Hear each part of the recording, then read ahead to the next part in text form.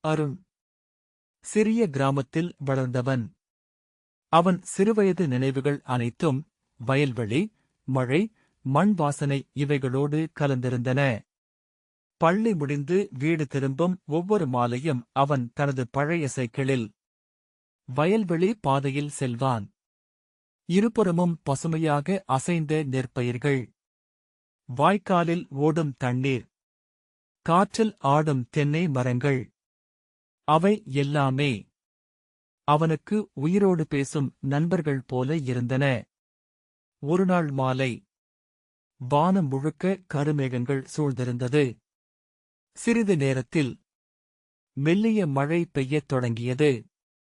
அருண் சைக்கிளை மெதுவாக ஓட்டிக்கொண்டே மழைத்துளிகள் முகத்தில் விழும் அந்த உணர்வை ரசித்தான். மண் வாசனை காற்றோடு கலந்து அவன் மனதை முழுவதும் அமைதியாக்கியது. தூரத்தில் சில விவசாயிகள் வயலில் வேலை முடித்துவிட்டு மழையில் நனைந்தபடி சிரித்துக் கொண்டு நடந்தார்கள். சில வெள்ளை கொக்குகள் நீரில் நின்று உணவு தேடின. அந்த மாலை அருணின் மனதில் அழியாத ஓர் அழகான நினைவாக பதிந்தது. ஆண்டுகள் கடந்து போயின. வாழ்க்கை அவனை நகரத்திற்கு அழைத்துச் சென்றது.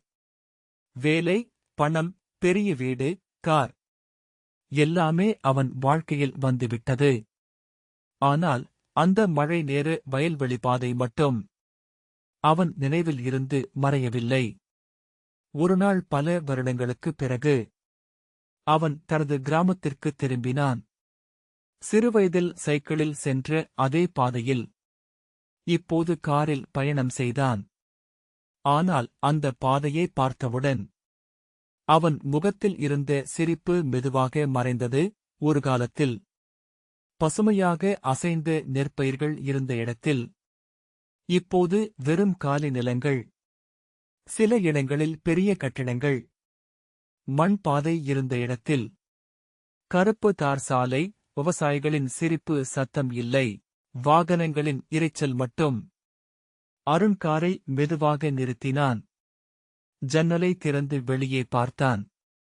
அதேபோல மழை இன்னும் பெய்து கொண்டிருந்தது. ஆனால் அந்த மழையை ரசிக்க இருந்த இயற்கை மட்டும் இப்போது காணவில்லை. அவன் மெதுவாக காரில் இருந்து இறங்கி அந்த வெறும் நிலத்தை பார்த்துக் கொண்டே நின்றான்.